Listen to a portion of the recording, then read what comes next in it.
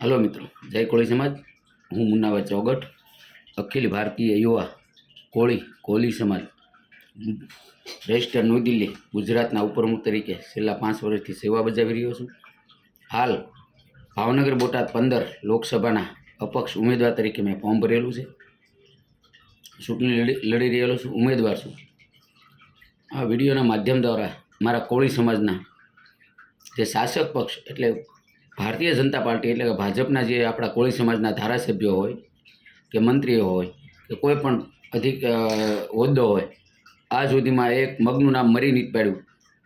ભાજપના ગુજરાતના નાણામંત્રી કનુ દેસાઈ દ્વારા એવો બફાટ કરવામાં આવ્યો એક સભામાં કે કોળિયા કૂટાય અને ધોળિયા છૂટાય, એટલે કોળીનું આવું ઘોર અપમાન કર્યું છે. એ બદલ હું અખિલ ભારતીય કોળી સમાજ ગુજરાતના ઉપપ્રમુખ તરીકે આ કનુ દેસાઈ જે નાણામંત્રી છે ભાજપનો, એને હું વખોડું છું, સખત શબ્દોમાં વખોડું છું.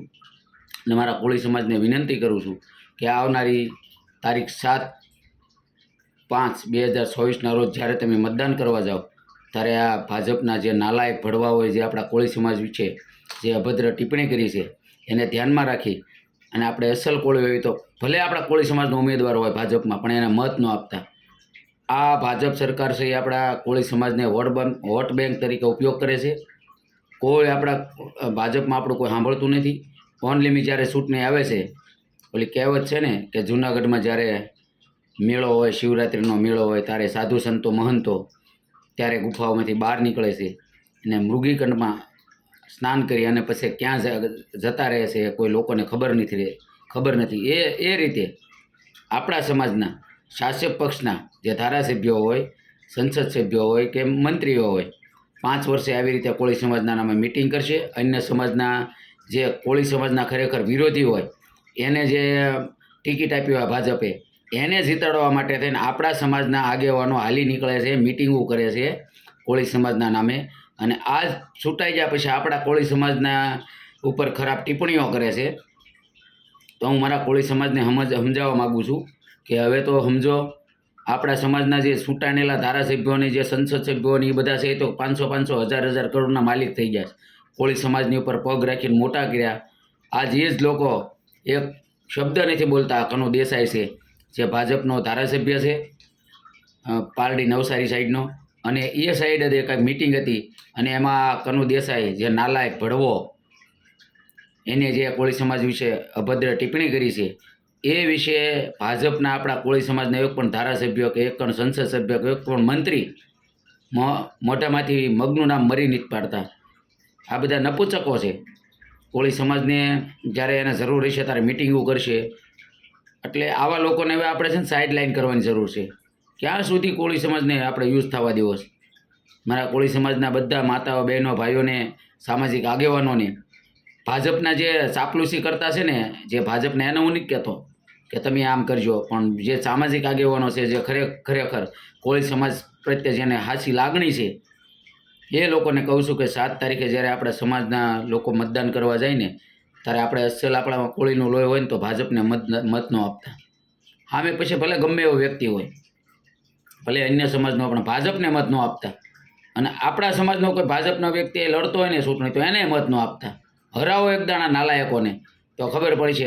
તમે વિચાર કરો, હવે આ લોકોએ ચૂંટણી એ રીતે ચાલુ કરી કે સમાજને ટાર્ગેટ કરવાનો. પહેલાં ક્ષત્રિય સમાજના બહેનો દીકરીઓની અભદ્ર ટિપ્પણી કરી આ બે બદામના રૂપાલાએ, પછી આ કનુ દેસાઈ એને આપણા સમાજ વિશે અભદ્ર ટિપ્પણી કરી. એટલે આ ભાજપના ભડવાઓને ભગાડવાની જરૂર છે. ભાજપના કૌરવો છે, બેટી બચાવો બેટી પઢાઓ એ સૂત્ર એને આપ્યું છે, પણ આ ભડવાઓ ભાજપના કૌરવો બેટીને દીકરીને તમને ખબર છે ને અત્યાચારો કરાવ્યો છે. આ મનસુખ માંડવિયાની હોસ્ટેલમાં તમે જોયું ને, મનસુખ માંડવિયાની જે સંસ્થા છે લોક વિદ્યાલય, એમાં પાલતાણા બાજુનું જે વાળુકડ ગામ છે એના લોક વિદ્યાલયમાં આ મનસુખ માંડવિયાની સંસ્થામાં એક આપણા કોળી સમાજની દીકરીનું શોષણ કરી અને મારી નાખવામાં આવેલી છે. છતાં પણ આ મનસુખ માંડવિયાએ એન પ્રકારે એડી એટલે કે અકસ્માત ગુનો નોંધાવી અને એવી ફરિયાદ કરાવી. ખરેખર એ દીકરીનું મર્ડર થઈ ગયેલું છે. અને એ જ સંસ્થામાં એક 17 વર્ષની દીકરી ઉપર એમના ગૃહપતિ છે, વાળુકડના જે સંસ્થા છે લોકવિદ્યાના ગૃહપતિ જે કણબી પટેલ છે, એને પણ દુષ્કર્મ કરીને 17 વર્ષની નિરાધાર બાળકીને ગર્ભ રાખી દીધેલો છે. એટલે હું કહેવા માગું છું મારા કોળી સમાજને કે ભાજપને ખરેખર ભાજપ આપણો મત બેંક છે ને, વોટ બેંક એવો જ ઉપયોગ કરે છે. મત લઈ અને આપણને જ્યારે ચૂંટણી હોય ત્યારે મેં તમને કીધું એમ કે આવા બધા આપણા જે લે ભાગુ છે ને ધારાસભ્ય સંસદ સભ્યોના હાથમાં ઝંડા લઈને દોડે છે, બરોબર. હું તો કહું ખરેખર આ બધા ધારાસભ્ય સંસદ સભ્યો એના ઘરે એની દીકરીઓની મા બેન ઉપર આવા અત્યાચાર થાય ને તારે ભણવાને ખબર પડશે, બરોબર. આ બધા ચાપલુસી કરવાવાળા જે છે ને આપણા સમાજના ધારાસભ્યોને ભળવાઓ જે સંસદ સભ્યો છે એ બધાને હું કહું છું કે તમારી બેની દીકરી ઉપર આવા અત્યાચાર થાય ને તમને ખબર પડશે. સમય એ બધાનો આવશે જ, તે ટેન્શન લ્યોમાં. એકનો એક સમય આવો નથી રહેવાનો, એકની એક સરકાર પણ નથી રહેવાની. જેથી સરકાર બદલાય ને તેથી તમારા બધાને તમને રોડે દોડીને મારવાના છે. એટલે મારા કોળી સમાજને કહું છું, ભાજપ વિરોધી મતદાન કરજો. આપણે અસલ કોળી, આપણામાં અસલ કોળીનું લોહી હોય ને તો ભાજપ વિરોધી મતદાન કરજો. અને ખાસ ભાવનગરમાં તો આ નીમુબેન બાંભણીયાને જીતાડતા જ નહીં. એ રમકડું છે, રિમોટ બીજાના હાથમાં છે, મનસુખ માંડવિયાના અને ભાવનગરના ભાજપના સિનિયર આગેવાન એવા અમો શાહ. આ રિમોટ બેની પાસે રિમોટ છે. નીમુબેન તો ખાલી રમકડું છે.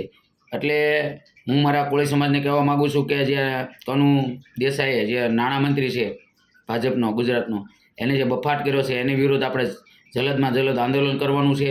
અને એ બાબતે આવનારા સમયમાં એક મહાસંમેલન ગોઠવી અને રસ્તા રોકોનું આંદોલન પણ કરવાનું એવું આયોજન કરેલ છે.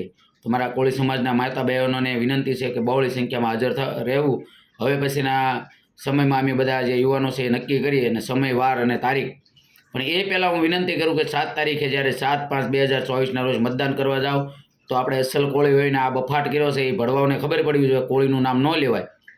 એટલે ભાજપ વિરોધી મતદાન કરજો. જય હિન્દ, જય ભારત, જય કોળી સમાજ.